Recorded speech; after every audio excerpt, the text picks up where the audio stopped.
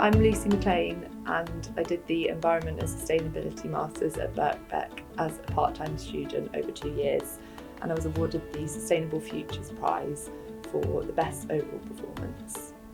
And I'm Aideen Foley and I'm the Programme Director for the Environment and Sustainability Programme. So welcome, thank you for coming in today. I thought we would start with thinking about what made you choose Birkbeck. Yeah, sure. So I think, like probably a lot of people, the evening classes were a really big factor in it, because it obviously means that you can carry on with a full-time job while studying for something that could kind of change, help you focus on a potentially different career path, for example.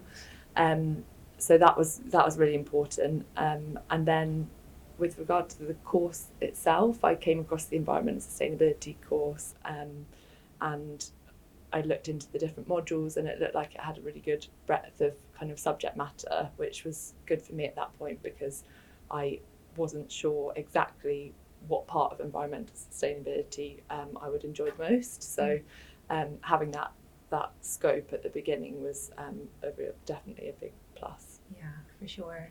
And thinking back on your time at Birkbeck, what are the memories that stand out for you? So I loved doing the interviews for my dissertation, and I hadn't, in my undergrad degree, hadn't had the opportunity to do a study in that way. So that kind of whole process was really interesting, and actually just being invited into people's houses to speak to them and hear their different perspectives was really interesting. Yeah, and your dissertation topic was really timely. Can you tell us a little bit more about it? Sure, yeah. So it was focused on the sharing a specific sharing economy platform, and it was asking, does the sharing economy enable more sustainable patterns of consumption? And I chose to interview users that were using a food sharing platform, and basically to kind of summarise my findings quite briefly, in terms of the users, the responses kind of showed that they felt quite a sense of duty to others, to the planet, and to future generations, and they found that kind of dominant consumerism doesn't necessarily fit with those values. And I used ecological citizenship theory to kind of explore that dynamic between the citizen and the consumer, and to basically give an explanation to why sharing can fulfil those citizen-based duties.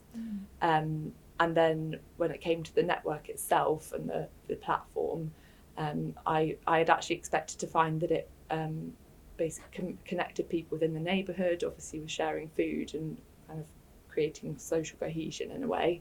But actually I found almost the opposite, and it was allowing for more anonymous and discreet exchanges between strangers, basically, because they weren't having to give out their number or their name, and it just meant they could do it quite quickly and then move on. So that was, I suppose, challenging the way that we often group together pro-social and pro-environmental behaviours when we think about sustainability and sustainable behaviours. Yeah, so that's definitely policy relevant, thinking about how we address those issues. Exactly, yeah. So thinking about the process of doing the dissertation, what advice would you give to current students who are maybe starting on that journey? So a couple of things. I think definitely use your university pass to access loads of other libraries under, I think, the University of London umbrella. So I was constantly kind of going to different places to write up my dissertation, just to have a change of scene. I think that's really important for your kind of productivity. And then also, I guess, a general piece of advice would just be to be confident in yourself enough to study at your own pace. For me personally, that meant that I preferred probably using a shorter, more condensed period of time to really give it a lot of attention, and that worked for me, whereas it might not necessarily work for others. But I think just to not be kind of worried by if you have peers that seem like they're miles ahead in that journey, just as long as you meet that deadline, you can kind of take your time, go at your own pace. Yeah, and I think that's definitely true of Birkbeck students because so many have jobs and other commitments. So yeah, exactly, and the staff were all really supportive of that flexibility, and you have that independence, but at the same time you can obviously get the help whenever you need it. So it's really kind of puts the trust in you, which is really nice. Yeah.